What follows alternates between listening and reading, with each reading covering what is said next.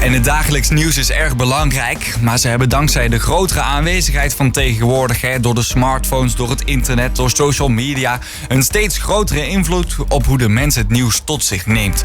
Zo heeft de NOS bijvoorbeeld de bestikkering van hun auto's laten verwijderen om de veiligheid van journalisten te kunnen waarborgen en worden journalisten steeds vaker geconfronteerd met geweld. Morgen is het ook nog eens de dag van de persvrijheid en in het kader van die dag en iemand die me daar heel veel meer over kan vertellen is een oude rot in het vak, Gerard Kessels. Een hele goede middag. Goedemiddag. Ja, we horen het. We horen wel nog wat terug. Ga even. Ik denk dat het... Ja, hoor je me nu nog steeds? Ja, zeker. Ja. Ja, ik zet hem even hier wat zachter. Komt helemaal goed. U bent jaren voor de Limburger, heeft u verhalen geschreven. U bent nog steeds actief als columnist. Wat maakt het vak journalistiek nou zo leuk? Ja, het is voor mij altijd een vermenging geweest, laat ik zeggen, van hobby en werk. En ik heb altijd ontzettend graag geschreven. En het vak heeft mij heel veel gebracht. Ik heb van regioverslaggeving tot buitenlands correspondent tot... lid van een hoofdredactie. Ik heb eigenlijk zo'n beetje alles gedaan wat er in dat vak te doen is. Dus ik kijk er met heel veel plezier op terug. En schrijven blijft heel leuk. Contacten met lezers. Het is voor mij iets wat ik nog steeds ontzettend belangrijk en prettig vind. Ja, en hoe ziet het werk van een journalist er eigenlijk uit? Neem me eens mee in de werkdag van Gerard Kessels, de journalist. Ja, dat ligt eraan in wat je functie dan is. De tijd dat ik chef van de nieuwsdienst was, stuurde ik dan mensen aan. Je kijkt 's morgens wat gaan we doen vandaag, welk nieuws dient zich aan. Hoe kun je in het nieuws een andere invalshoek bedenken ook dan die de meeste andere mensen al hebben. Wat moeten we doen om een bepaalde primeur te krijgen?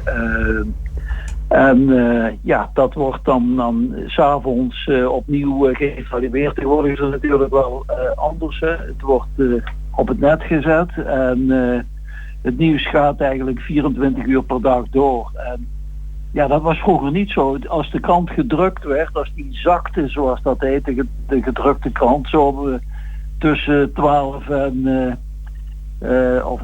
tussen 12 en pakweg 5, 6 uur 's morgens gebeurde er eigenlijk niks. Als het dan gaat over puur nieuwstechnisch of je moest naar een brand toe of er werd wel verslaggeving gedaan, maar laat ik zeggen, het verspreiden van het nieuws, dat lag dan stil. Ja, er is dus veel verschil tussen vroeger en nu. Zijn de regels dus strenger geworden, denk je? Of veranderd? Hoe bedoel je strenger? Nou ja, qua wat je mag delen en wat niet. Want we hebben allemaal smartphones bij. Iedereen ziet direct het nieuws van wat er gebeurt. Is dat voor een journalist een belemmering, denk je? Of juist fijner? Het is gewoon meer werk. Want het gaat er nu om hoe snel ben je met het nieuws.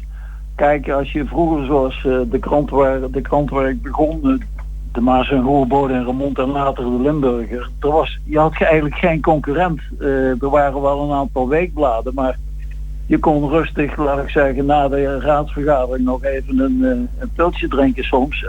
En daarna je verslag gaan maken op de redactie. Er was niemand die je klopte, maar nu is er ook gaat het erom van, hoe snel heb ik het op het net staan of hoe snel geef ik het door. En dat komt zorgvuldigheid misschien ook wel eens bepaald niet ten goede. Ja, want nu moeten schrijvers, journalisten erg letten op woorden die ze bijvoorbeeld gebruiken vanwege de heftige reacties die dat kan opleveren. Iedereen kan tegenwoordig zijn mening delen. Was dat vroeger ook het geval? Nee, dat was vroeger helemaal niet het geval. De krant was nog echt een meneer als ergens een journalist kwam. Dat was wel een gebeurtenis. En je had een zeker ontzag. En dat is wel weg. Ik vind dat op zich niet zo erg. Het is ook gewoon maar een beroep. Maar dat er nog een beetje opgekeken werd tegen een journalist. Dat was niet voor niets de uitdrukking, de krant is een meneer, wil ik zeggen. En die werd ook al zodanig benaderd door autoriteiten en door de burgers. Ja, want nu is het zo dat de burgers steeds vaker een mening hebben over de journalisten op zich. Ze worden bijvoorbeeld aangereden door een auto of de bestikkering moet er vanaf. Ja. Wat vind jij daarvan? Ja, dat lijkt nergens op. Maar het is ook een beetje... Ik kan het wel een beetje verklaren in die zin. Kijk, ieder mens is een lopend persbureau geworden. Hè? Je verzamelt zelf berichten, stuurt die uit naar vrienden en bekenden of naar wie dan ook op foto's. Je geeft opinies. Iedereen heeft overal een mening over. En het feit dat de pers, laat ik zeggen, toch bepaalde vrijheden heeft. Kijk, vroeger vonden mensen het ook niet leuk vaak als ze na een verkeersongeval gefotografeerd werden. En we hadden ook een fotograaf die ook zo de politiezender afluisterde en overal was waar een brand was of waar iets gebeurd was, een ongeluk of noem maar op. En vonden mensen misschien ook niet leuk, maar niemand dacht eraan om dan zo'n fotograaf te gaan molesteren of wat in Lunteren deze dagen gebeurde met auto en al in de sloot te duwen. Dat kwam in mensen niet op, maar soms denk ik een beetje dat omdat mensen zelf fotograferen, dat ze ook zelf kunnen bepalen wat anderen op dat terrein kunnen doen en mogen doen en wat zij zelf prettig vinden. En dat ze daar ook iets over te zeggen hebben. En de openbare weg, daar kan gewoon gefilmd en gefotografeerd worden. Dat vergeet men dan wel. Maar, en als we dan even teruggaan naar bijvoorbeeld morgen, dan is de Nationale Dag van de persvrijheid. Jij moet natuurlijk alweer heel wat dingen hebben meegemaakt. Wat is het mooiste wat bij u is bijgebleven? Het mooiste? Ja. In welke zin? Ja, in uw vak, in uw werk, wat u doet, wat u heeft mogen doen.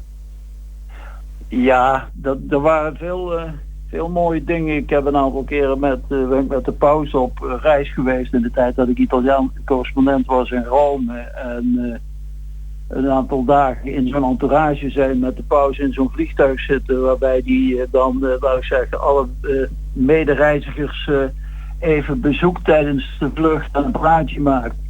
Ja, dat zijn wel heel bijzondere dingen die je bijblijven. En ik heb iets heel anders, maar ook in Italië, die anti-maffia-rechter Giovanni Falcone heb ik nog geïnterviewd, niet zo lang voordat hij door de maffia werd vermoord. En dat zijn wel heel bijzondere dingen. En dan ben je wel dankbaar dat je zo'n dingen toch ook mee kunt maken, gewoon in het kader van je werk. Je krijgt er ook nog voor betaald.